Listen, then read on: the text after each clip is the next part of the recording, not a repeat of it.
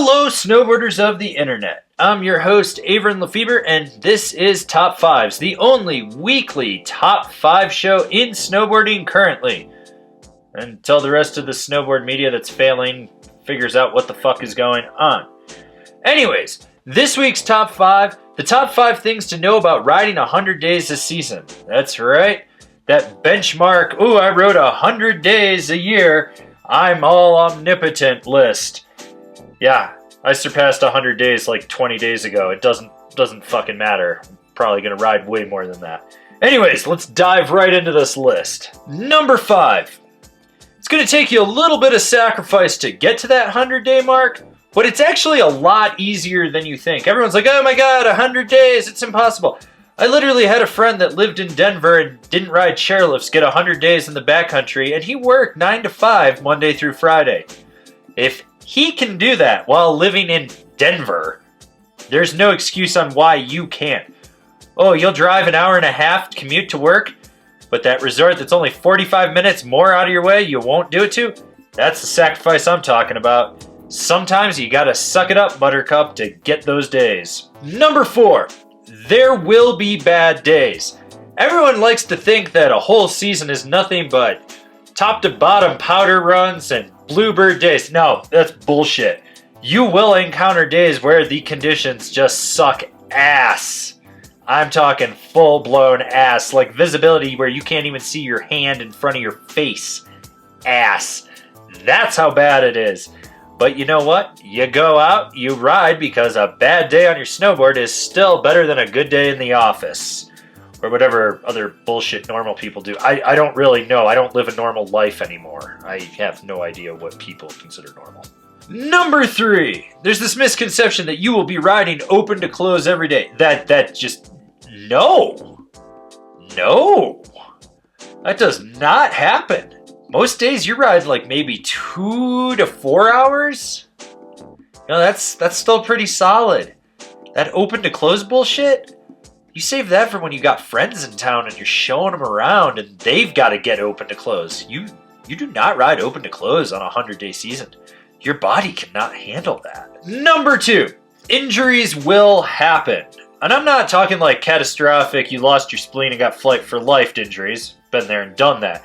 I'm talking like those nagging bullshit injuries, those ones where you're like, oh god, I gotta pop a bunch of ibuprofen before I ride, do some deep stretches, rub on some pain-relieving cream, and then hope that it doesn't act up all goddamn day. That's what you get to deal with, nagging injuries. If you're younger, you probably have less of those problems, but as you get older, you're going to have more of those problems.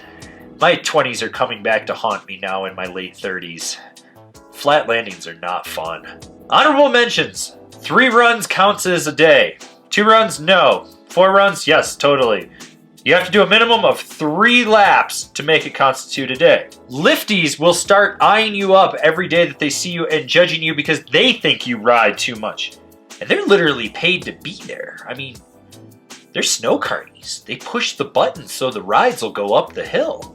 You learn the truth about Instagram. Your friends that make those really great inspirational quoted photos and they show the beauty of it. You know that was taken 5 feet from the chairlift on a day that actually sucked. Instagram can no longer lie to you and sell you a lifestyle that you don't give a shit about because you're actually living it. And the number 1 thing to know about riding 100 days, it's like crack. The more you ride, the more you want to do it, and the more you will sacrifice other things to ride more.